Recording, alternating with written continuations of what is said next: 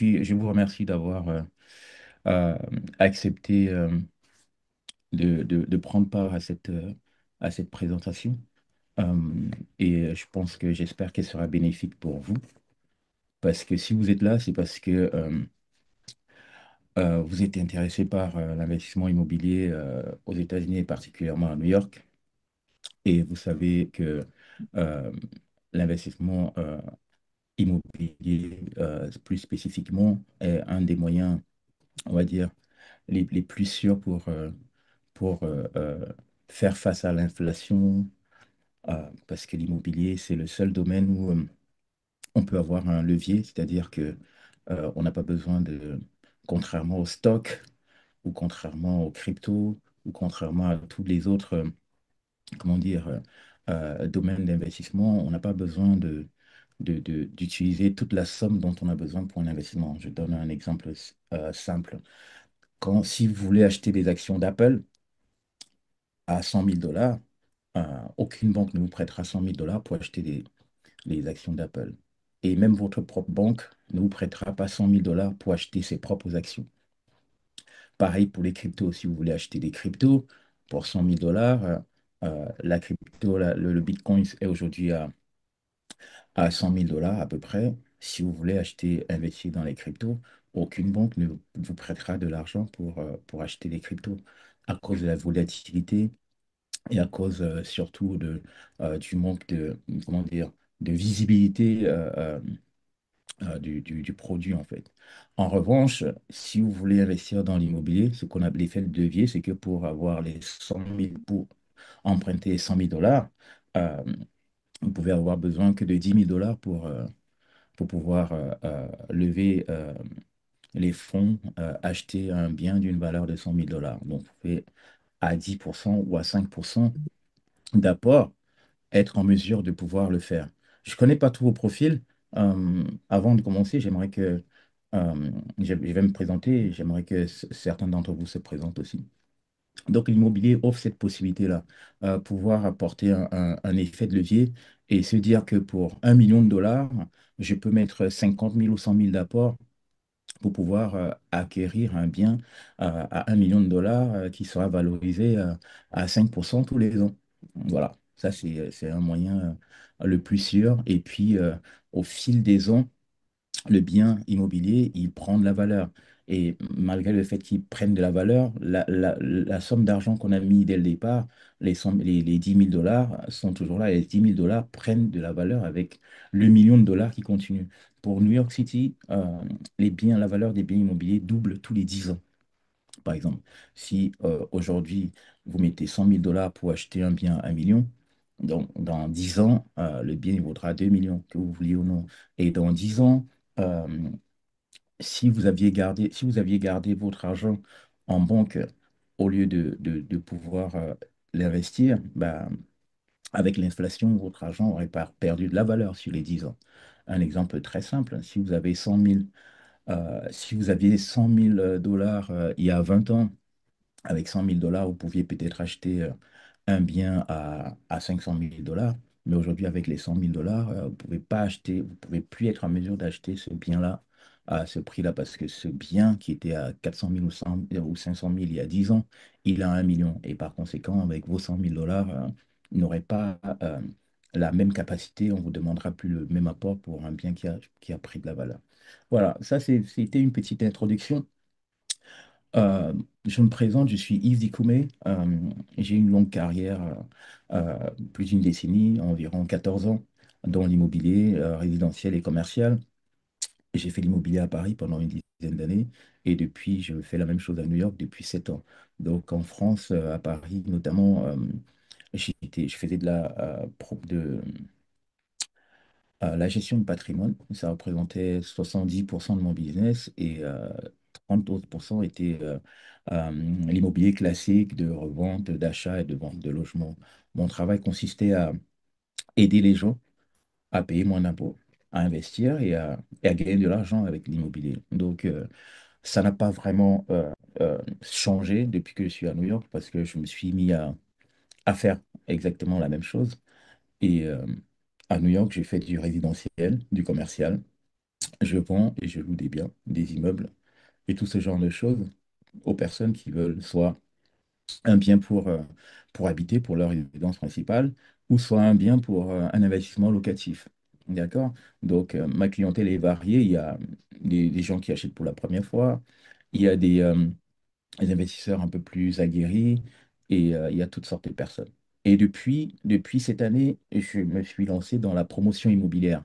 Le métier de promoteur immobilier, il consiste à identifier euh, des biens, on va dire des terrains, des immeubles, et leur apporter de la valeur ajoutée. Donc mon travail concrètement, ça va être d'identifier une opportunité, quelle qu'elle soit. Ça peut être un terrain, ça peut être un immeuble, et sur lequel je vais ajouter de la valeur. Un immeuble, par exemple, qui est bien placé, pour lequel j'ai étudié une certaine faisabilité, et une certaine possibilité de lui ajouter deux ou trois étages par rapport au règlement de l'urbanisme local. On va pouvoir le faire. Et après, je vais apporter une vision précise sur ce terrain ou ce bien immobilier, et, et être en mesure de vendre, de commercialiser les appartements pour faire du profit. Donc, ça s'appelle l'immobilier commercial. Donc, depuis cette année, je fais ça désormais, et j'ai des opportunités, une première opportunité sur laquelle je travaille. Donc, qui, j'espère, je ne connais pas vos profils encore, mais je vais accentuer la présentation sur quelque chose qui devrait intéresser les premiers investisseurs qui seront motivés de faire du profit et de m'accompagner dans cette aventure. Dans un autre aspect de l'immobilier, l'investissement immobilier. Donc, pour ceux qui sont un peu plus aguerris, l'investisseur, lui, il faut savoir qu'aux États-Unis, euh, dans l'esprit de l'oncle Sam, c'est que celui qui permet aux Américains de se loger va avoir des avantages fiscaux. L'oncle Sam considère que ce n'est pas son rôle de construire des immeubles, de construire des maisons, ce n'est pas sa compétence. En revanche, il va accorder de gros avantages fiscaux à deux types de personnes, à l'investisseur et à l'entrepreneur. Pourquoi l'investisseur et l'entrepreneur? Parce que l'investisseur et l'entrepreneur, ce sont ceux-là qui créent de la valeur, ce sont eux qui créent de la richesse, ce sont eux qui créent des emplois. D'accord? Et l'oncle Sam s'est dit, ce sont ces gens-là qui apportent quelque chose, donc en retour, ils vont payer moins d'impôts. En retour, ils vont avoir plein d'avantages. En retour, ils vont avoir ça, ils vont avoir ça. C'est ça qu'il faut être. C'est dans cet esprit-là qu'il faut être. Et c'est ça qu'il faut comprendre. Donc, l'investisseur et l'entrepreneur, contrairement à l'employé, va payer moins d'impôts. L'employé à New York, il est taxé par l'État fédéral. Il est taxé par l'État de New York. Il est taxé par la ville de New York. D'accord? Vous regardez bien vos fiches de paie, vous voyez que voilà, même si bon, certains ont habité la France, comme moi, euh, on taxe un peu plus en France qu'à New York. Moi, je rigole quand je vois comment les mecs sont taxés à New York. Ça ne représente pas grand-chose contrairement aux autres pays, mais ça ne représente pas grand-chose comparé à un pays comme la France ou certains pays d'Europe. Mais pour un New-Yorkais, ça représente quand même quelque chose. Pour un Californien, ça représente quand même quelque chose. Donc, les seules personnes qui vont payer moins d'impôts, ce sont ceux qui vont faire de l'investissement, quel qu'il soit. Mais en l'occurrence, l'investissement immobilier, parce que c'est là où il y a le plus de tax break. C'est là où quelqu'un, quand il a un immeuble, il ne paye pratiquement pas d'impôts. Donc ça, c'est l'investisseur et l'entrepreneur. Donc, il faut savoir que un entrepreneur ou un investisseur, même jusqu'à 1 million de dollars, il n'est même pas taxé 15%. Ça, c'est important de le savoir. Et la plupart, 99% des gens riches dans ce pays ou des gens qui ont de l'argent dans ce pays, 99%, ils investissent dans l'immobilier. Et c'est pas un hasard. C'est parce que ça leur permet d'avoir, comme je vous ai dit, de mettre moins d'argent pour lever des grosses sommes. Et ça leur permet aussi de voir leur patrimoine augmenter de valeur dans la durée. Et ça leur permet aussi de payer moins ou pratiquement zéro d'impôt. Ça, on va voir ça de fil en aiguille. Voilà, ça c'est pour le rôle de l'investisseur. l'entrepreneur, vous savez, l'entrepreneur, quelle que soit sa position, et l'entrepreneuriat, c'est aussi le moyen le plus court et le plus radical pour faire fortune. Et on est dans le pays de l'entrepreneuriat aux États-Unis. Donc, c'est pas, vous n'êtes pas sans le savoir et vous devez l'avoir constamment à l'esprit.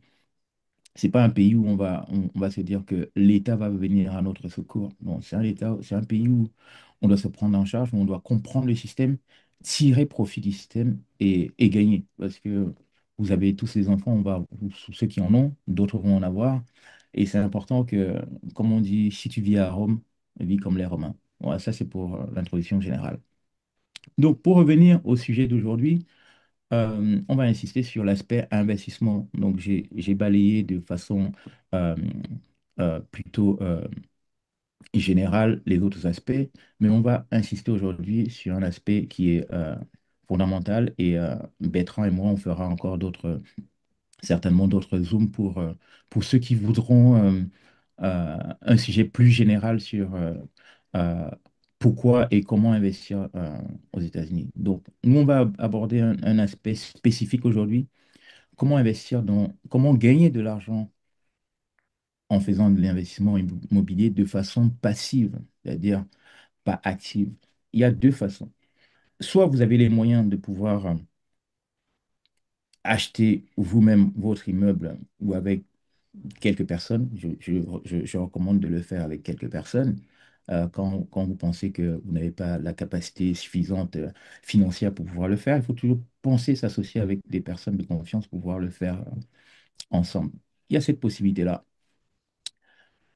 Soit vous avez la possibilité et la capacité financière de pouvoir faire votre acquisition tout seul. Un agent immobilier va vous aider à faire la meilleure acquisition qui soit. Il va vous expliquer exactement les tenants et les aboutissants euh, qui, qui, qui, euh, qui sont liés à l'acquisition d'un bien immobilier. Ça, vous pouvez le faire aussi. Soit vous vous dites, OK, moi, je ne suis pas encore prêt pour pouvoir le faire tout seul. J'ai pas la capacité, j'ai pas la compétence de pouvoir le faire. Je ne suis pas prêt ou quelle que soit la raison, je ne peux pas le faire. Euh, je ne peux pas m'associer avec les gens parce que je ne comprends pas encore bien ce qu'ils font ou je suis pas ou je préfère le faire tout seul. Il y a d'autres raisons. Soit la troisième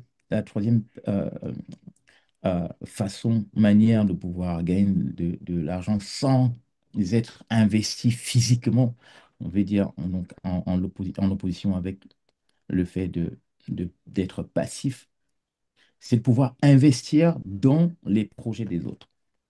D'accord? Avec un retour sur investissement qui est, qui est court dans la durée. Donc, en l'occurrence, je parle ici de la promotion immobilière. Le promoteur immobilier, moi, je me dis, OK, j'ai trouvé une opportunité dans un quartier de Brooklyn. Mon travail, c'est d'être à longueur de journée, à longueur de semaine, chercher à travers mon réseau toutes sortes d'opportunités qui ne sont pas sur le marché, dont je fais l'acquisition à un prix un peu moindre par rapport au marché en off-market. Mon travail, c'est si j'identifie un bien quelque part, je vais regarder euh, ce que la ville m'autorise à faire avec. Est-ce que ce bien-là permet de faire 5 étages, permet de faire 6 étages, permet de faire 10 étages? Oui, non. S'il ne fait pas au moins 4 étages, je ne fais pas. Je passe à autre chose. Est-ce que ce terrain me permet de construire autre chose qu'un single family ou juste un duplex? S'il ne fait qu'un duplex et je regarde le prix de terrain et je vois que ce n'est pas viable économiquement parce que le prix de terrain est très élevé et que les deux appartements que ça va faire ne vont pas rapporter grand-chose, je passe mon chemin, ça ne m'intéresse pas. Mon travail, ça va être de choisir le bien immobilier, qui soit un immeuble, qui soit un terrain, qui va apporter le maximum de valeur ajoutée possible.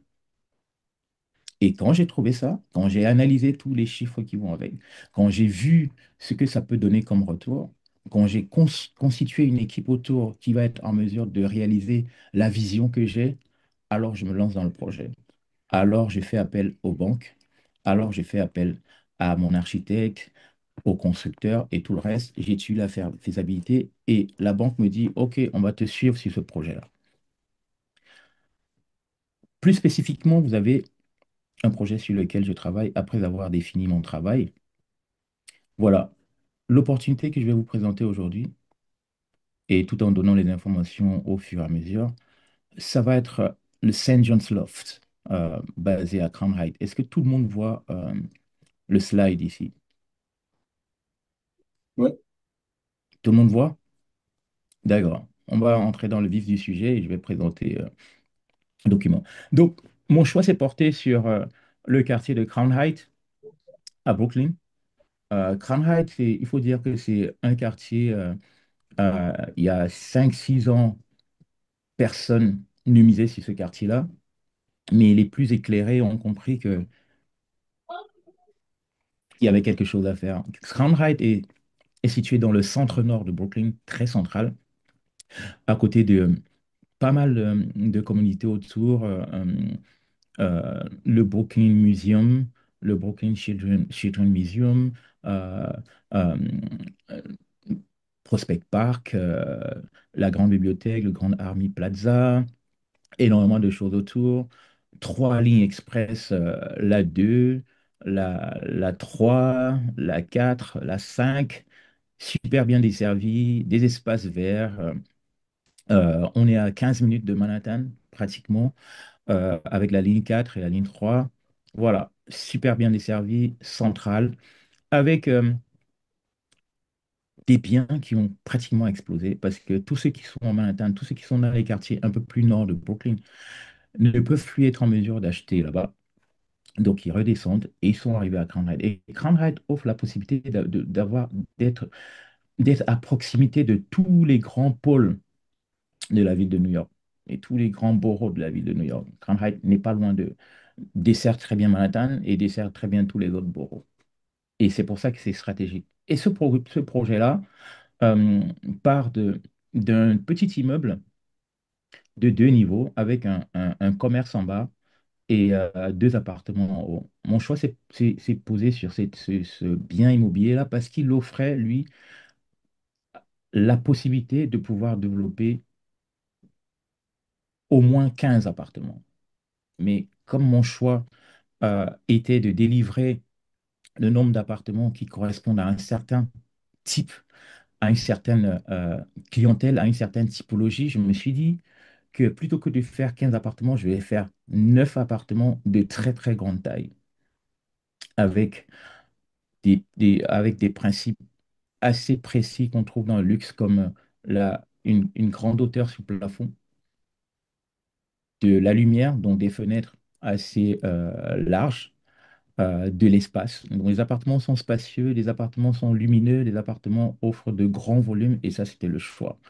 Pour moi, ce sont des principes de luxe qui permettent aux gens, à une certaine typologie de personnes, que ce soit des familles, que ce soit des personnes qui veulent de l'espace, de pouvoir acheter quelque part. Donc, Crown Heights, c'est un quartier culturellement très riche et qui a vu sa valeur flamber ces 5 dernières années. Donc, et le mouvement continue. Donc, une opportunité comme celle-là, elle est appelée à attirer énormément de gens. Et surtout, elle intéresse les banques. Et mon but aujourd'hui, en tant que promoteur immobilier, c'est que nous, les promoteurs immobiliers, nous n'utilisons pas toujours, nous n'utilisons pas que notre argent. L'erreur que la plupart des gens font, c'est qu'ils attendent de pouvoir tout faire avec leur propre argent. Mais ça prend du temps. Euh, on n'utilise pas toujours totalement son propre argent parce que j'ai vu des gens se dire, OK, je vais travailler en fonds propres, mais quand tu travailles en fonds propres, tu feras jamais plus de 3 ou 4 ou 5 projets sur 10 ans. Donc, le temps que ton propre argent, tu le mettes quelque part, ça te bloque de pouvoir faire d'autres projets. Donc, le promoteur immobilier, il va utiliser l'argent des autres. L'argent des autres, c'est quoi? Ben, c'est l'argent des banques. Et j'ai parlé du levier au tout début en disant que dans l'immobilier, contrairement aux autres types d'investissements, les cryptos, la bourse, l'immobilier apporte un levier. C'est-à-dire que pour un bien qui coûte 1,5 million, en mettant 400, 500 000, on a le bien. D'accord? Donc, c'est comme ça que le promoteur immobilier va travailler. Donc, je mets mon apport et je fais en sorte que la banque finance la construction. Donc, ce projet-là coûte en gros 5,5 millions de dollars. Il est bien placé, il va faire 7 étages, il va faire 9 grands appartements de 1040 square feet minimum. Donc, il y a les appartements commencent avec 2 chambres jusqu'à 4 chambres. Donc, c'est un super projet. Donc, grosso modo, la banque va financer la partie construction que je prends en main, donc le prêt que je vais prendre. Et je me tourne par ailleurs vers vous, les investisseurs potentiels, pour qu'ils puissent apporter déjà une certaine. Je recherche à peu près 600 000 dollars minimum pour pouvoir permettre aux gens de multiplier par deux leur apport. On va regarder ça tout au long du projet. Donc, c'est un projet qui va rapporter à peu près 12 millions de dollars et qui va apporter des bénéfices de 5 millions de dollars. Donc, pour ceux qui participeront, voilà ce que je vais leur présenter. Donc, je pars dans la présentation. Donc, St. John's Loft, c'est un luxury building, on va dire ça, un immeuble de luxe, avec tous les appartements qui ont on va dire, l'immeuble présente une double, voire une triple exposition. Donc, tous les appartements sont des appartements de corner, c'est-à-dire qu'il y a 2 appartements par étage, un appartement côté rue et l'autre appartement côté jardin. Donc, tous ont des finitions luxueuses et tous ont des balcons et des terrasses. D'accord? Le design, il est ce qu'on appelle un design durable. C'est un immeuble qui est énergie efficient, c'est-à-dire qui est autonome en termes d'énergie, qui va avoir des panneaux solaires, il va avoir une meilleure isolation, il va avoir, il va dépenser moins d'énergie. D'accord? C'est un immeuble euh, pour lequel on va rajouter 4 étages, 5 étages supplémentaires. Et c'est un immeuble qui va avoir une structure en béton et une enveloppe de briques, ce qui va apporter une certaine touche de design qui va permettre de respecter l'environnement local et apporter un vrai cachet à la fois traditionnel et moderne. D'accord? Comme je disais, tous les appartements ont des balcons. Et au-dessus de l'immeuble, il y a ce qu'on appelle un rooftop, un jardin, un toit terrasse, d'accord? Qui est privé et qui va être qui va être utilisé par l'appartement qui est un penthouse tout en haut, d'accord, pour l'usage du penthouse. Donc tout autour, il y a des commerces, il y a le métro. Tout en bas de l'immeuble, il y aura un grocery store, on va dire un supermarché de produits frais, d'accord? C'est ce qui nous permet justement de pouvoir avoir cet étage. Donc pour parler un peu plus du projet en lui-même, euh, l'immeuble, en gros, il va avoir une surface globale de 13 500 square feet, d'accord, avec 6 étages, sans compter le supermarché qui est en bas, qui va faire 2800 square feet, tout en bas, d'accord? Donc, comme j'ai dit, derrière, il y a un recul, donc avec une vue sur le jardin, avec un recul de 30 feet derrière, et un rooftop aménagé. Ici, on va voir le type d'appartement qu'il va avoir là-dedans. Le type d'appartement, comme j'ai dit, ça commence avec 2 chambres, pas d'une chambre. La chambre la plus, l'appartement le plus petit, il est 1021 mètres carrés, 1021 square foot, Euh, ce qui correspond à peu près à environ 100 mètres carrés, je crois. 100 mètres carrés pour 2 chambres. Ça fait de l'espace, ça fait du volume, ça fait de la lumière. Et avec une possibilité même de mettre un home office, un bureau à côté. Et ça commence à partir d'1 million de dollars. Et plus on monte en étage, plus les prix augmentent, c'est-à-dire les prix vont de 5% à chaque fois. Donc au troisième étage, on a un appartement de 3 chambres et un autre appartement de 2 chambres. J'ai dit que sur chaque étage, il y a 2 appartements. Donc, il y a un de 3 chambres, je suppose, qui fait 1321 square feet. Donc, ça fait à peu près 120 mètres carrés. Et l'autre qui fait 1091 square feet. D'accord? Les prix commencent là-bas. Le 2 chambres va faire 1,12 million, 1,12 million, 1,120 000. Et l'autre va faire 1,380 000. Quatrième et cinquième étage, bien sûr, on a toujours 3 chambres et 2 chambres. 1321 square feet, 1091, pareil. Les prix montent, donc on est à 1,4 million et 1,5 million. Ces prix peuvent paraître hallucinants pour les gens, mais il faut savoir que ça, ce sont les prix de Brooklyn Crown Heights pour une toute nouvelle construction. Et c'est important de savoir que à Crown Heights, pour les nouvelles constructions, elles se vendent en 2 mois, 67 jours. 67 jours.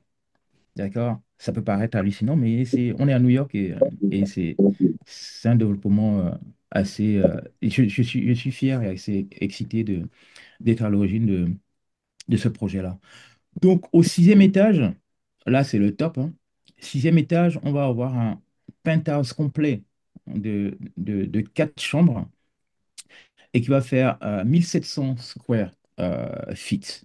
Donc là-bas, le prix affiché, il peut varier, il peut aller à la hausse hein, en fonction de l'offre et la demande. S'il y a beaucoup de gens qui veulent le penthouse, bah, ils paieront plus cher. Là, il est affiché à 1,770 million, mais s'il y a beaucoup de gens, il peut aller à 2 millions, le plus urgent.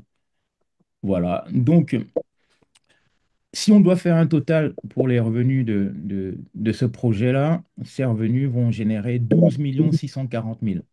12 640 000, ça, c'est le minimum. Parce que je suis resté assez conservateur dans le sens où je suis parti de l'idée euh, que l'immeuble projet en question, il va se vendre à 1 040 $ le square foot.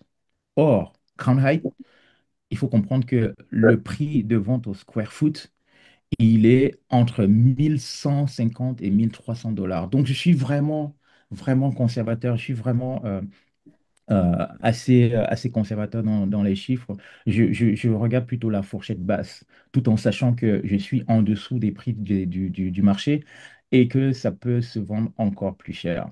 Voilà en gros le résultat des ventes. Donc, le coût de construction, comme j'avais dit, il est dans les 5 millions et quelques, 5 millions 5, c'est peut-être 6 millions en gros, grosso modo. Donc, ça laisse un bénéfice au moins minimum de 5 millions de dollars. 5 millions de dollars, c'est le profit général qui va se faire sur ce bien-là. Et j'arrive ici, allez, on voit gross profit. Je vois gross profit ici, ça veut dire le bénéfice global. Ici, j'ai vu 5 990 000, presque 6 millions. Et là, le budget total, on a dit 6 640 000.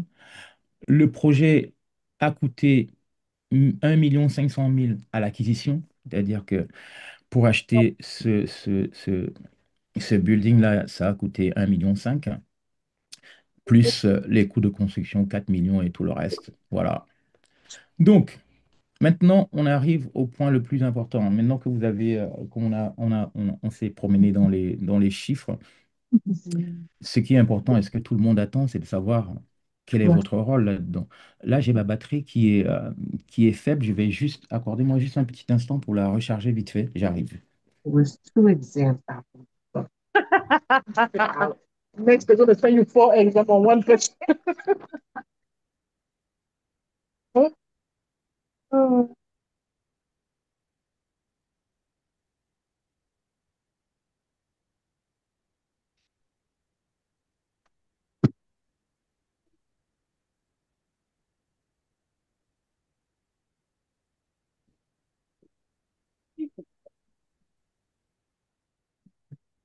Voilà. OK. Bon, jusque-là, vous êtes toujours avec moi? Vous me suivez toujours? Vous levez la main pour me dire OK. Voilà. OK. Donc, maintenant, l'investisseur. j'ai défini le rôle de l'investisseur. J'ai dit que l'investisseur pouvait être actif, il pouvait faire les choses de lui-même, ou bien il pouvait investir passivement, entre guillemets, faire travailler, quand je dis passivement, c'est faire travailler son argent. L'investisseur, en fait, c'est celui qui fait travailler son argent. Quand vous voyez toutes les actions, toutes les grandes compagnies, Microsoft, Apple, OpenAI, euh, BlackRock, tous ces gens, toutes ces compagnies-là que vous connaissez tous, et pour ceux qui font de l'investissement, il y a ce qu'on appelle les actionnaires. Les actionnaires n'ont aucun rôle dans la direction d'Apple ou de Microsoft ou de Facebook parce qu'ils font travailler leur argent. Ils se disent, moi j'achète des actions Facebook, j'achète des actions Meta, j'achète des actions Google, et tous les 6 mois, ou tous les 3 mois, ou tous les ans, Apple, Meta, Google va te reverser des profits. Ça, c'est le rôle de l'investisseur, de l'actionnaire. Et ça va être un peu votre rôle là-dedans. Parce que chaque fois que vous voyez un projet immobilier, une nouvelle construction quelque part, il y a la banque, il y a le promoteur immobilier, moi, et il y a les investisseurs derrière. Donc, l'investisseur, ici, je lui demande 600 000 $. L'investisseur lui demande 600 000 $. Ça va être vous. Je ne sais pas combien de gens sont intéressés par ça. Euh, je ne sais pas combien de gens pourraient être intéressés, mais en tout cas, je cherche à lever la somme de 600 000 $ minimum. Peut-être qu'il n'y a pas de limite. Peut-être que je pourrais être en mesure d'enlever 800 000 ou je ne sais pas trop. Attendez 2 secondes. Ma fille veut quelque chose. Tu veux quelque chose? Donc, pour 600 000 $, moi, j'ai décidé, j'ai fait en sorte que le ticket d'entrée soit au moins de 30 000. Au moins de 30 000. Parce que investir une somme en dessous n'est pas super intéressant. Je vais expliquer pourquoi. Donc, pour 600 000 $ d'investi, déjà, parce que vous avez investi les 600 000 $, vous avez déjà un retour préférentiel de 10% annuel.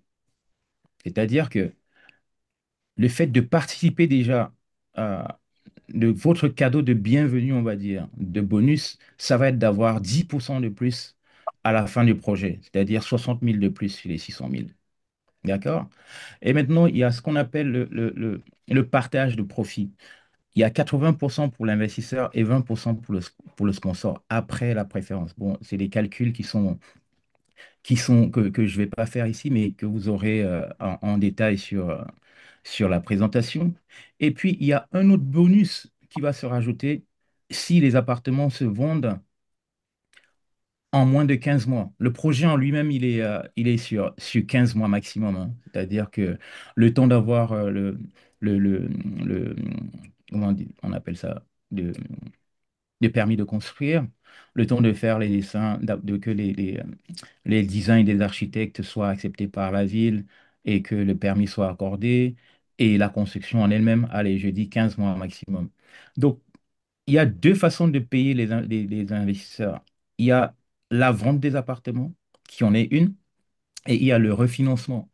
Une fois que le projet est terminé, une fois que le projet est terminé, euh, soit vous êtes payé avec le prix des ventes, et si toutes les ventes ne sont pas faites, il y a ce qu'on appelle le refinancement. C'est-à-dire que on va voir, ma banque va faire en sorte de m'accorder un autre prêt, et avec ce prêt-là, vous serez payé. Donc, deux choses. La vente des appartements, ils vont être vendus en même pas 4 mois, là, c'est certain, puisque sur Crown Heights, les ventes se font sur 2 mois et demi, 67 jours pour être précis.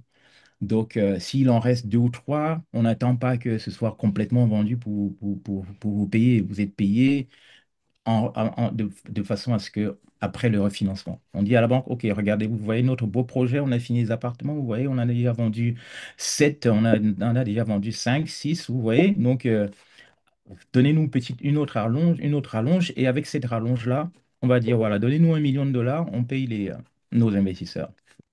Voilà. Donc, vous avez 10% de bonus en plus s'il est vendu en moins de 15 mois.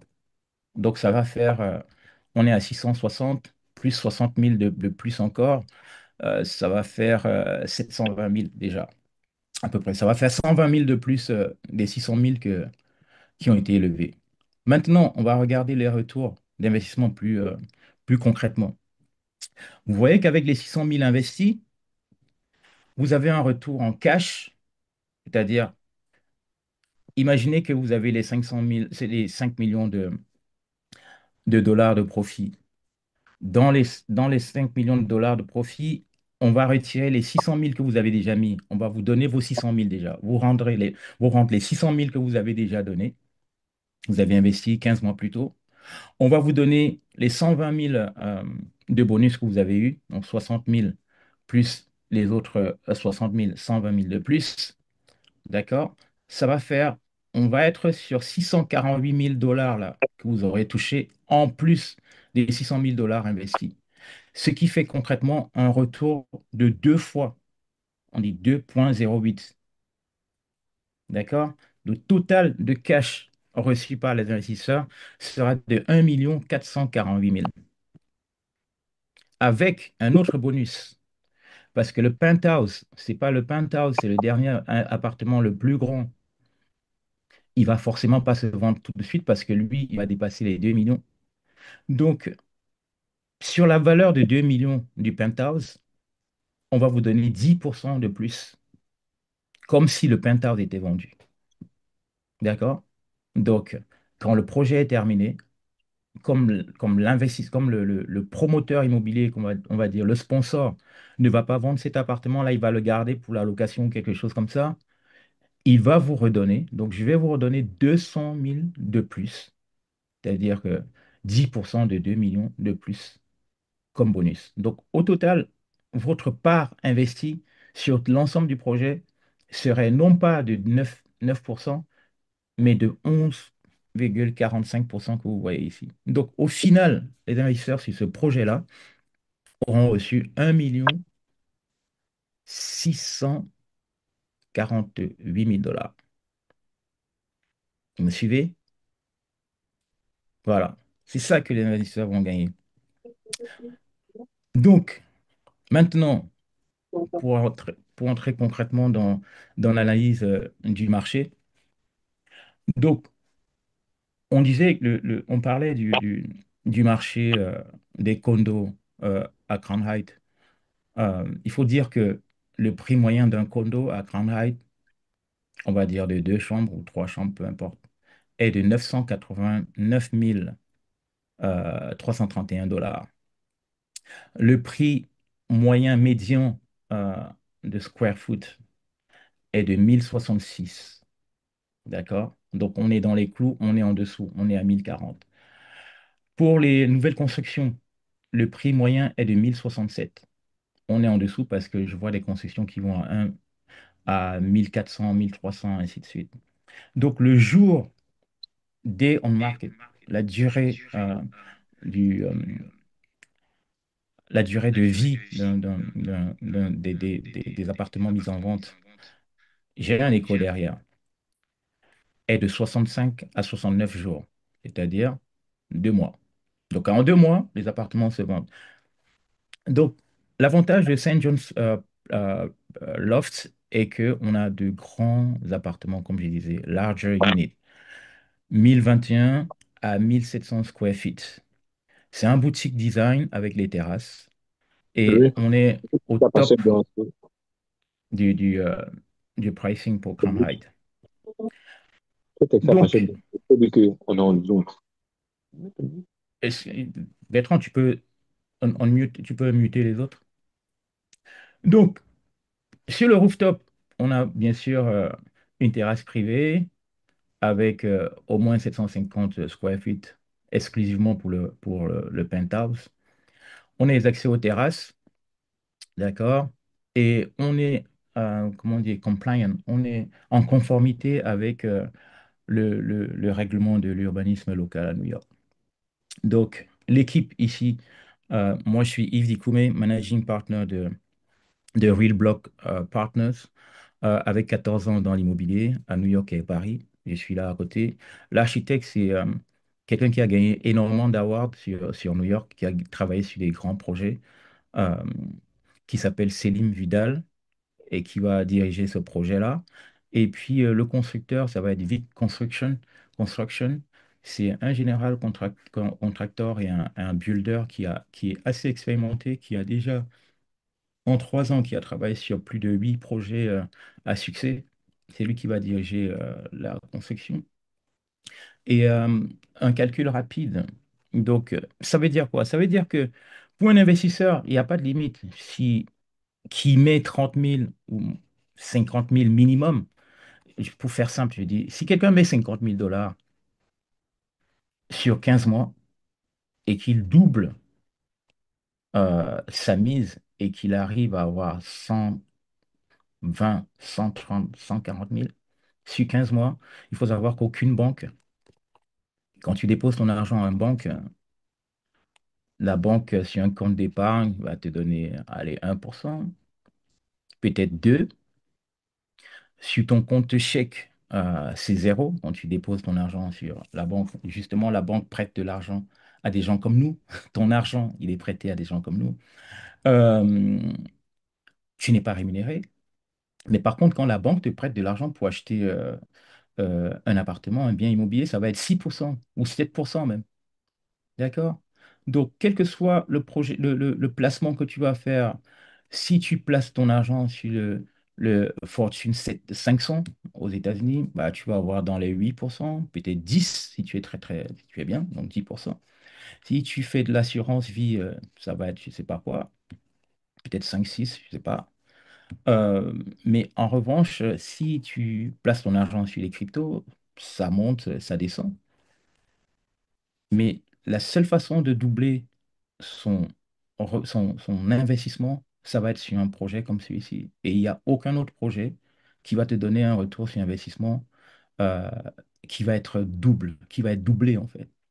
Donc c'est ça en gros le truc. Donc tu mets 30 000, tu es sûr d'avoir le double parce que non seulement le projet va être refinancé si tous les appartements ne se vendent. Donc, on n'a pas besoin d'attendre que tous les appartements se vendent pour que tu sois payé dans la limite des 15 mois, bien entendu. Donc, 15 mois, c'est vraiment le maximum, le strict maximum, hein. On n'ira pas au-delà parce que vous serez payé de toute façon avec le refinancement. Euh, Sur 15 mois, doubler son investissement de façon passive, sans rien faire, ça, c'est fort. Il n'y a que l'immobilier commercial. Il n'y a que les premières personnes qui croient en un projet et qui décident de mettre leur argent qui gagnent. D'accord? C'est en gros ce que je voulais dire aujourd'hui. Ça, c'est une autre façon de gagner de l'argent dans l'immobilier sur un temps court, en limitant les risques parce que le marché, il est mature et il est porteur et il rapporte. Voilà pour la présentation d'aujourd'hui. Pour d'autres choses plus générales, on fera avec Bertrand pour ceux qui ne rentrent pas dans le cadre de ce projet-là. On les aidera toujours à pouvoir se lancer dans l'immobilier de quelque manière que ce soit. Donc, je suis ouvert aux questions. Euh, je suis disponible, que ce soit sur ce projet ou sur autre chose. Je serai toujours là pour pouvoir répondre. Donc, je vous laisse la parole. Je laisse la parole à Bertrand et j'attends vos questions. Ok, des questions de temps. Ceux qui ont des questions, il va donner son numéro dans le chat pour que ceux qui sont intéressés peuvent prendre. Il y a aussi son numéro sur les documents qu'il a partagés. Donc, Yeah. ceux qui auront des questions peuvent rapidement les poser. Sinon, vous avez le contact de Yves. Vous le contactez à tout moment et en savoir plus sur ce gigantesque projet d'immobilier. Donc, voilà. Merci déjà à ceux qui ont pu se connecter aujourd'hui. C'est toujours un plaisir de partager des informations dans l'ensemble de la communauté. C'est un très, très gigantesque projet ouvert à tous ceux qui sont intéressés. Il est localisé ici à New York et est disponible pour des one-to-one interviews et pour ceux qui veulent en savoir plus. Donc, Si vous n'avez pas d'autres questions, je vais continuer de partager cette information à... Non, il y a des gens qui ont des questions, hein. OK. Vas-y, vas-y, regarde. Ceux qui ont des questions, allez-y. Merci. Je t'en Excusez-moi. prie.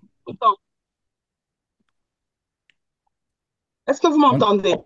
Ouais, on t'entend là. Je Ah, t'entends. d'accord, merci. Merci bien pour la présentation. Je t'en Mais prie. vous avez parlé de certains documents. Bon, je ne sais pas si c'est mon écran, mais j'ai pas pu les voir. Les- Vous voyez pas la présentation là? non, je le Quel- vois, mais j'ai pas Quelqu'un voit pu. la présentation ou pas? J'ai présenté là, je vois le truc. Tu le vois pas? Il Qui d'autre faut ne qu'il y voit pas ait le slide? qu'un scroll de la gauche vers la droite pour pouvoir voir la présentation. Elle est juste fichée sur son image. Mais la présentation, Ah, elle se voit. ouais. Ouais, Joël, toi aussi. Pourquoi tu n'as pas demandé? Mais je crois qu'on m'entendait pas. Non, vas-y, vas-y, regarde. De toute façon, Bertrand va t'envoyer le slide. Oui, Va oui, je vois t'envoyer. le secteur, Tu vois je vois maintenant? Tu vois ça, maintenant? Ouais, oui, je vois. exact. J'ai une question. Euh, Moi, je sais pas, ça peut être le cas de plusieurs personnes, hein, mais moi, je prends mon cas. Non, vas-y, pose ta question. Vas-y, on est entre Je nous, ne sais vas-y. pas si on doit vous appeler de manière personnelle pour poser les questions ou ça peut se Non, passer. pose-moi la question là maintenant. On est là, ça va profiter aux autres aussi. Donc, pendant qu'on y est, je veux prendre le cas de mon époux et moi. On a eu à investir, par exemple, dans le stock market. Et on a Ok, perdu ouais. plus gros. On Ouais. a perdu. Le stock, en fait, pour investir dans le stock, l'investissement, c'est du long terme, en fait. Tu comprends? C'est du long terme. C'est pas le gambling. C'est pas, OK, j'investis là, je vais gagner, machin. Non. L'investissement, c'est du long, le stock, c'est du long terme. C'est-à-dire qu'il faut te dire que tu mets de l'argent pour 10 ans au moins. Tu vois? Ça monte, ça descend, ça monte, ça descend. Bien Tu sûr, ça comprends? fluctue. Tu n'as pas, ça fluctue. Tu n'as pas le contrôle sur le stock. C'est ce que je dis aux gens. Le stock, c'est bien, mais quand tu investis dans le stock, il ne faut pas que tu sois dans la position de quelqu'un, ah, si je perds l'argent, je suis mort. C'est de l'argent dont tu peux pouvoir te passer, que tu mets en stock. C'est-à-dire qu'il faut te dire que je peux vivre 150 000 dollars, je peux vivre 110 000 dollars, je peux vivre 120 000 dollars, peu importe la somme que tu mets dans les stocks, que tu te dises que c'est l'argent dont tu n'as pas besoin tout de suite. Et c'est l'argent que tu ne vas pas récupérer tout de suite. C'est un investissement, c'est du long terme. Moi, je me souviens, j'étais étudiant. C'était en 2000. Attends, que je dise pas de bêtises. C'était en 2004. En 2004, non, je sais plus. Ouais, ça devait être 2000, ouais, 2003, quelque chose comme ça. J'étais étudiant et moi, je voulais, à l'époque, Apple faisait organiser les Apple Expo, les grandes messes dans les grands, comment on appelle ça, les grands centres d'exposition. Et moi, ce qui me préoccupait, c'était de trouver du travail. D'accord? Et la fille d'Apple me dit, ouais, ok, c'est bien de travailler pour Apple, mais vous savez, nous, on a des actions, et si vous pouvez acheter des actions, hein, vous savez, et l'action Apple, à cette époque-là, en 2002-2003, je te jure, c'était quoi? C'était même pas 15 dollars, je sais plus, hein, c'était rien du tout, tu vois. Et moi, je disais, ah non, tu sais, moi, je m'en fous, moi, je veux juste un boulot et tout le reste. Elle me disait, vas-y, quand même. Et c'est même pas que j'avais pas d'argent, j'avais de l'argent. À l'époque, je devais avoir genre l'équivalent de peut-être 5 000 dollars qui me servaient à rien qui étaient là. Je te jure, j'étais pas encore bien informé sur la question. J'ai décliné. Aujourd'hui, l'action d'Apple, c'est 400 dollars. C'est 400 dollars. On est parti de 15 à 400 dollars. Imagine si j'avais mis les 5 000 dollars ou même 10 000 dollars à l'époque. Je ne sais pas si tu imagines. Pareil, en 2000, les gars me parlaient de la crypto, je disais, bah, je m'en fous et tout le reste et tout. C'était même pas 50 dollars la crypto. Aujourd'hui, c'est 100 000 dollars. Donc, c'est du long terme en fait. C'est-à-dire que si tu as perdu, il faut pas que tu paniques, il faut pas que tu te dises, je vais vendre. Non, il faut que ça reste là. Ça va baisser, ça remontera encore. Mais il faut toujours investir dans les stocks, il faut investir sur des trucs sûrs, c'est-à-dire le top 500, de Fortune 500. Tu te casses pas la tête, tu mets ça dedans, tu es sûr que tu as au moins, c'est garanti au moins à 8%. D'accord? C'est Oui. ça le stock. Et contrairement à l'immobilier, le stock, tu n'as pas le contrôle. C'est-à-dire que on va pas te payer tous les mois, on va pas te payer tous les... Apple peut décider que, OK, cette année, on vous verse pas de revenus, on vous verse pas des profits. D'accord? Mais l'immobilier, c'est que quand tu as ton bien, tu as les loyers qui tombent tous les mois. Si, Tu as le si. contrôle. C'est toi qui augmentes le loyer. C'est toi qui dis, ah, OK, moi, je vais augmenter le loyer de 2, de 3% et tout. Et tous les mois, tu es payé. Et tous les ans, ça monte. Ça monte de 3% chaque année. Et ça, c'est garanti. Et tu es sûr que les loyers, ils augmenteront toujours. Ils baisseront jamais en Amérique.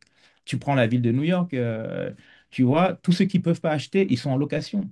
Mais, mais dans 2 ans, le loyer ne sera plus le même. Moi, quand je suis venu à New York il y a 7 ans, j'étais dans un two-bedroom à Bed-Stuy. Je payais quoi, 2200. Aujourd'hui, le même two-bedroom à Bed-Stuy où j'ai vécu, il est à 3500. Tu vois? Donc, c'est ça en fait. C'est pour ça que j'ai fait le distinguo entre la bourse, les cryptos et l'immobilier. L'immobilier, tu es sûr de gagner. Tu es sûr et certain de gagner. D'accord? Mais il faut miser sur le bon truc, le bon endroit, la ville où il y a de la demande. D'accord? Parce que les locataires dans ces pays, ils seront de plus en plus nombreux. Tout le monde n'aura pas les moyens d'acheter une maison. Voilà en gros. Donc, Oui, t'inquiète pas. Reste, continue d'investir sur le stock, mais investis que sur le Fortune 500. Une plateforme du Fortune 500, ça te garantit 8% et t'as pas les mots de tête. Ne va pas sur les trucs hyper risqués, hyper machin. Voilà, en gros. merci bien. Merci T'en prie. pour Yves. l'explication. Mais ce que je voulais, en fait, là où je voulais en venir, c'est pour dire que, par exemple, pour quelqu'un comme des gens comme nous qui avons investi, misions là-bas, Mhm, qui comptions, genre, peut-être tellement profiter on aurait pu avoir de l'argent pour investir, mhm. disons, à l'estate. Je me retrouve actuellement avec pas grand-chose. Donc, vous demandez, par exemple, trente mille dollars pour ceux qui veulent investir dans ce projet qui est vraiment bien. Ouais. J'ai tout le long. Ça m'intéresse vraiment. Mais par Mhm. exemple, j'ai pas 30 000 dollars à investir. Est-ce que ça veut dire que je suis disqualifiée du projet? Comment ça se fait? Parce que moi, je Mais, suis dans ouais, ok. Mais, regarde, euh, si tu devais investir, combien tu investirais? je peux pas me prononcer actuellement. J'ai pas grand moyen actuellement. Vous voyez un Ouais, peu. non, non, je te pose la question. Au-delà des moyens, si tu devais investir sur un projet sur 15 mois, où tu as un retour sur investissement doublé, tu investirais quelle somme? Il faut que j'en parle avec mon époux et que Voilà, parle-en avec ton époux. Voilà, c'est ça. Là, c'est ta partie maintenant. C'est ta partie. Ça, c'est toi qui gères ça avec ton époux. C'est ça qu'il faut avoir en tête. Parce que, je dis ça pourquoi? Parce que investir 5 000, ça n'a aucun intérêt pour toi même. Ça n'a aucun intérêt pour toi. Si tu dois juste gagner 5 000 de plus ou 8 000 de plus en investissant 5 000, ça n'a pas beaucoup d'intérêt. Mais tu vois l'intérêt quand tu investis un peu plus. C'est-à-dire que quand tu places 30 000, tu sais que tu vas avoir 40 000 de plus ou 45 000 de plus. Voilà. Là, tu sais que en 15 mois, tu as gagné plus que ce que ta banque pouvait te rapporter si tu avais gardé de l'argent là-bas sans rien faire. Alors que j'en 5 000 ou 2 000, ça va rien te faire. Ça va rien te faire du tout. j'en suis convaincue. Mais ma Hmm. question, c'est que, est-ce que pour des personnes comme ça, est-ce que vous avez je sais pas, des banques ou référés ou comment ces genres de personnes commencent au fait? Parce que si tu n'as pas, par exemple, c'est ce qui freine beaucoup de gens. Je n'ai pas 50 000, je n'ai pas 30, je n'ai pas 40, je n'ai pas 20 à investir. Où je commence, ça Ah, m'intéresse, mais où je commence? alors, d'abord, est-ce que tu as des revenus? Est-ce que tu travailles? Je travaille. Tu m'as dit que tu travailles. Oui, Ton mari travaille. oui. D'accord. OK. Sans rentrer dans les chiffres, tu payes quoi comme loyer aujourd'hui? Comme vous voyez, 2 000 dollars. Tu payes 2 000 dollars. Vous êtes combien? Vous êtes quatre? Oui. D'accord. Si tu devais, il faut te dire que si tu devais acheter quelque chose aujourd'hui à New York, tu vis où? Dans le nord, Westchester, c'est ça que tu m'as dit? C'est ça, c'est les prix de tout en haut, là. Donc je vis dans, dans Queens, à Queens. Tu veux vivre dans le Queens. Il faut te dire que aujourd'hui, si tu devais être propriétaire de ton bien sans que tu n'aies personne d'autre, si tu voulais avoir le bien équivalent, tu paierais à peu près 3 500. Est-ce que tu penses que tu peux être en mesure de payer 3 500 pour être propriétaire? Dans toute seule, vous voulez dire? Ouais, c'est-à-dire que toute seule, je veux dire que tu n'as pas acheté un duplex, que tu as acheté juste un condo ou un coop, juste un appartement pour toi, pour ta famille. Tu paierais à peu près 3 000 ou 3 500. Oui, oui, si, si. Tu es conscient de ça? Oui, D'accord. Donc, ça, c'est pour un truc. Mais imagine alors que maintenant, tu achètes un duplex, d'accord? Et que tout en haut, tu as des locataires qui vont payer au moins 2 500. D'accord? Ça veut dire qu'au final, quand tu auras ce duplex-là, il y aura peut-être 1 000 ou 1 500 qui vont sortir de ta poche. Et pour ça, il faut que le plan que tu dois avoir, c'est que tu dois te dire, OK, moi, j'ai vraiment envie d'être propriétaire. Je sais qu'il faut mettre 40, il faut trouver 40 000. Donc, je me donne 10 mois pour trouver 40 000. Ou je me donne 15 mois pour trouver 40 000. Parce que les 40 000, c'est le down payment de 800 000. Tu comprends comment tu dois faire? Et surtout, n'oublie pas les closing costs. Et surtout, quand tu as cette somme-là, tu sais que euh, tu peux avoir d'autres organismes qui peuvent t'aider pour payer les closing costs, par exemple. Il y a plein de programmes. Il y a les programmes comme NACA, il y a plein de programmes. Tu tapes sur Internet, tu vas voir Down Payment Assistance. Tu oui, demandes même à ta banque. Demande même à ta banque si elle a un programme de Down Payment Assistance. Là, ta banque va te dire, mais il faudra quand même sortir quelque chose. C'est-à-dire que si tu peux pas être capable, si tu peux pas être en mesure d'avoir un apport et que demain, comment dire, le coût de l'assurance ou le property tax augmente, il faudrait que tu sois en mesure de payer quand même. Tu comprends? C'est pour ça que je disais, il faut commencer quelque part. Donc, il faut que tu évalues tes revenus avec ceux de ton mari. Te dises combien vous pouvez épargner par mois pour arriver au résultat de 30 000, 40 000 ou 50 000, peu importe. Tu comprends? C'est par là qu'il faut commencer. Ok, oui, Voilà. excellent. Moi, moi j'ai une question, hein. Oui, Oui. Oui, grand, bonsoir pour commencer. Moi, je suis Bonsoir. étudiante déjà. Ouais, Euh, ouais, Christelle. ouais, Enchanté. comme je disais, je suis Mais tu étudiante montres, tu montres pas ton visage, hein, c'est pas cool, hein. ouais, je suis au travail. Ah, J'avais d'accord, ok. beaucoup de risques Non, je ouais, déconne. ouais. Ouais. Alors, je disais, pour être jusqu'ici, je vous ai écouté parler, vous avez présenté que des bons aspects de l'investissement, mais Ouais. vous n'avez pas énuméré les downsides, parce que d'ailleurs, je sais que dans tout investissement, dans tout business, il y a quand même aussi le mauvais côté. Et pour Ouais. quelqu'un comme moi, C'est-à-dire. ah bon, des échecs, je sais pas. Et du Je genre, sais pas tu as si, des exemples? bon, tout entrepreneur, ils ont des histoires dessus. Je sais pas trop si vous comprenez mon point de vue parce que, une comme moi, Mm, je suis, comme on dit, nouvelle, non seulement dans le pays et dans l'entrepreneuriat. Et mhm, généralement, pour s'engager dans une affaire, il faut bien la comprendre, il faut bien la connaître avant d'investir, même si ce sont ces 10 000 ou 20 000 ou 30 000 dollars, avant de les mettre, avant de les investir, il faut comprendre la chose, il faut être formé sur la chose. Il faut, je sais pas, il faut, on investit, on se lève pas pour investir simplement sans connaître. Alors, est-ce que vous offrez des formations à des nouveaux entrants, ceux qui ne connaissent pas, mais qui aiment bien l'entrepreneuriat, qui aiment bien l'immobilier, qui aiment bien se voir comme investisseurs demain? Est-ce que vous leur donnez une formation au préalable pour qu'ils puissent comprendre et maintenant vous les encadrez jusqu'à ce qu'ils se sentent capables et veulent investir, quoi. Et maintenant, vous d'accord. leur montrez les deux aspects.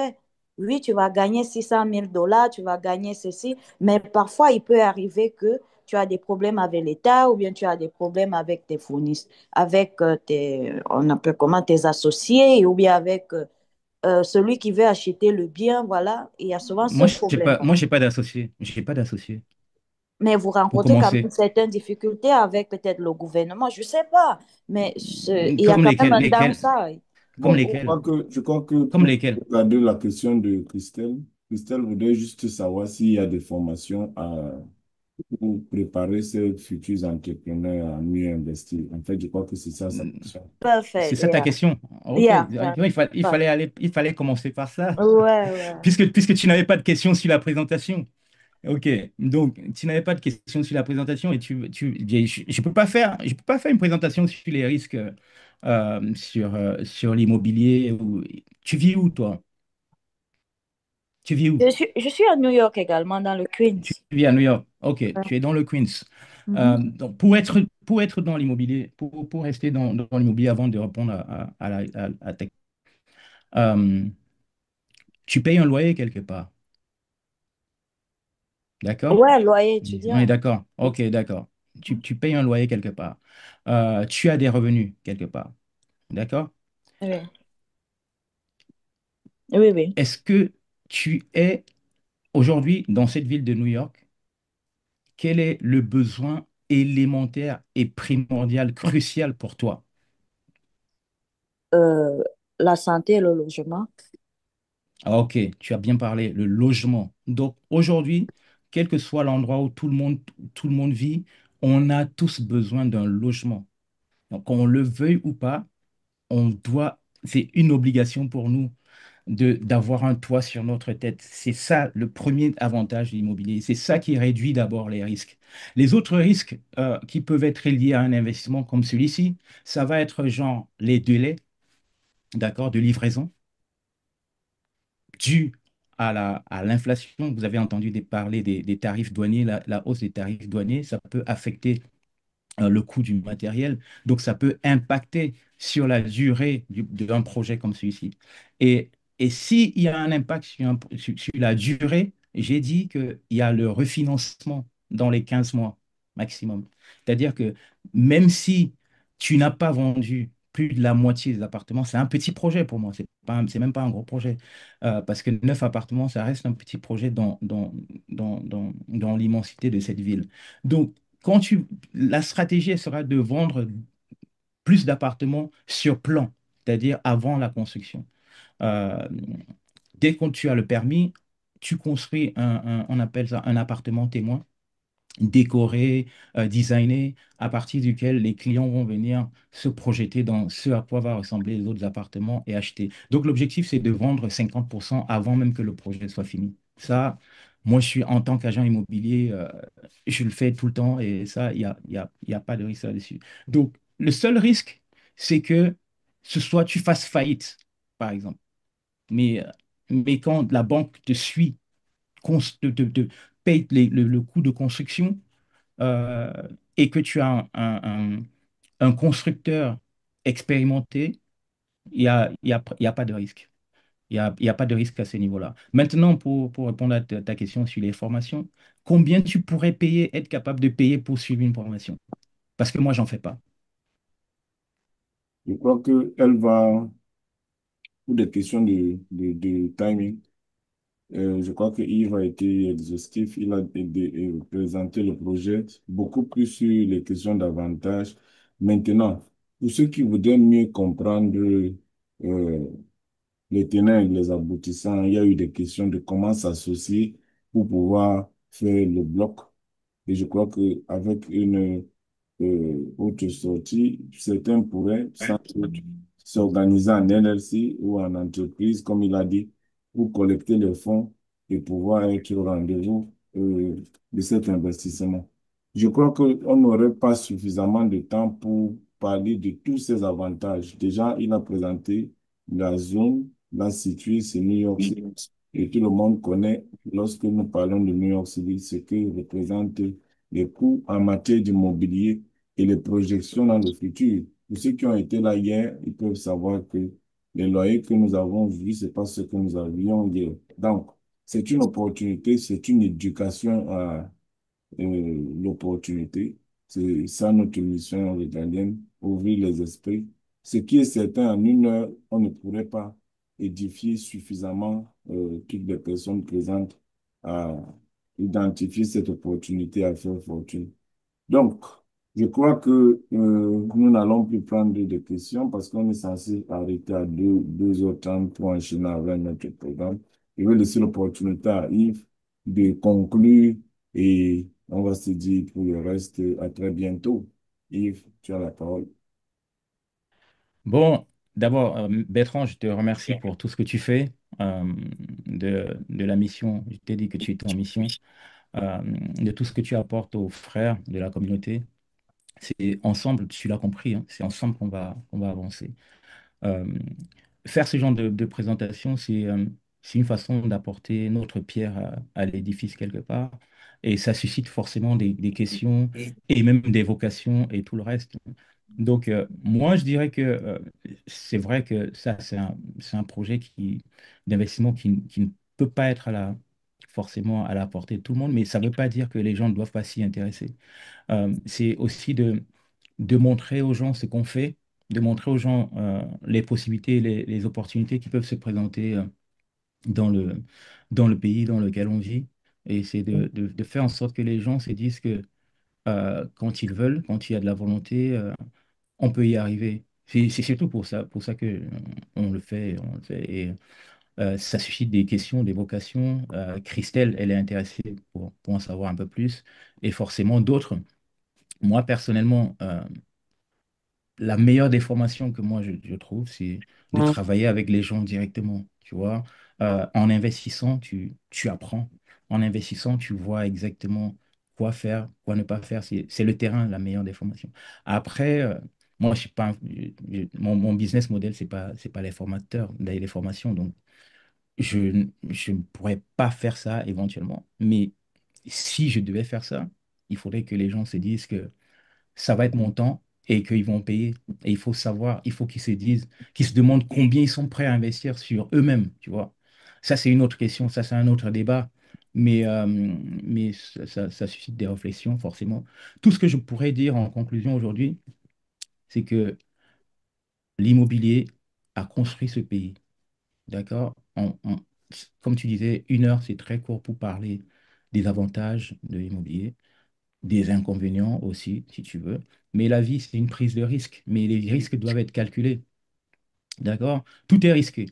Mais il faut savoir dans quoi tu t'engages. Donc, il faut de la connaissance, il faut s'informer. Joël parlait de regarder les chaînes sur YouTube. Je pense que c'est un très bon début. Il faut prendre conseil auprès des gens qui font quelque chose, ce que vous voulez faire. D'accord? Et c'est la meilleure des manières. Aujourd'hui, on a parlé de l'aspect uniquement investissement sur un projet de promotion immobilière, mais on parlera une autre fois, si Bertrand arrive à le faire, d'un truc général sur l'avantage d'investir aux États-Unis, son premier investissement, sa résidence principale et tout le reste, et les ressources qu'il y a pour pouvoir avoir tout ce genre d'aide-là, quoi, dans tous les cas. Les OK. ressources, elles sont nombreuses. Voilà. En tout cas, merci de m'avoir écouté. Merci d'avoir pris le temps de participer. Et s'il y a d'autres questions, Bertrand est là et puis on verra dans tous les cas. Merci. OK. Merci à tous et à très bientôt. Bye.